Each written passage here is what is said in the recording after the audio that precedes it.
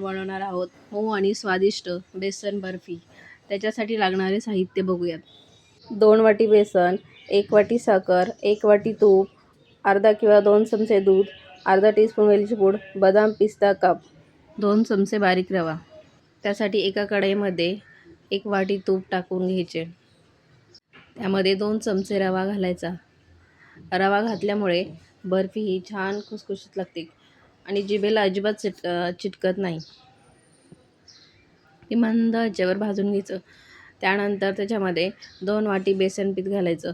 बेसन पीठ घातल्यानंतर कमी गॅसवर सारखं हलवत राहायचं.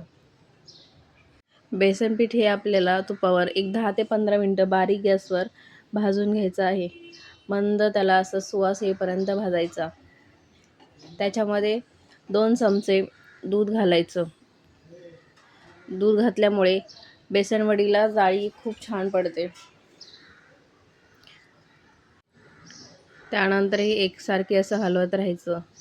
त्याच्यानंतर आपण पाक बनवून घेणार आहोत. एका साईडला 1 वाटी पाणी, 1 वाटी साखर टाकून पाक बनवून घ्यायचा आहे.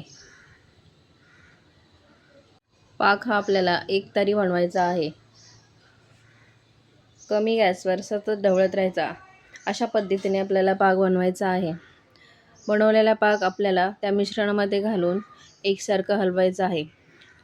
जोपर्यंत ते मिश्रण घट्ट होत नाही तोपर्यंत आपल्याला एकसारखं कंटिन्यू हलवत राहायचं. अशा पद्धतीने त्याला आपल्याला कमी गॅसवरच हलवत राहायचे.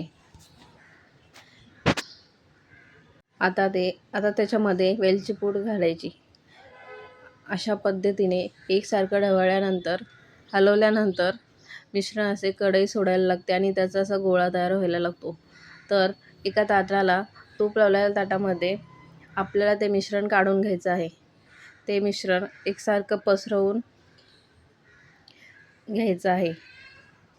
त्याच्यावरती आपल्याला काजू आणि पिस्ता काप टाकायचे आणि हे मिश्रण एका तासासाठी आपल्याला बाजूला ठेवून द्यायचं आहे. 1 तास झाल्यानंतर आपल्याला त्याचे चौकोनी काप करून घ्यायचे आहे. ही बेसन बर्फी मऊ आणि स्वादिष्ट लागते. एकदा ही बेसन बर्फी नक्की ट्राय करा. तुम्ही एकदा खाल्ल्यानंतर बाहेरचे आणायचं विसरून जाल.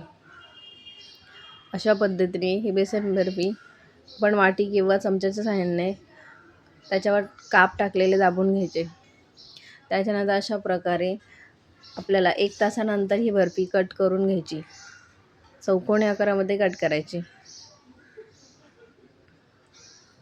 तुम्हाला जर व्हिडिओ आवडला असेल तर लाईक आणि सबस्क्राईब करायला विसरू नका.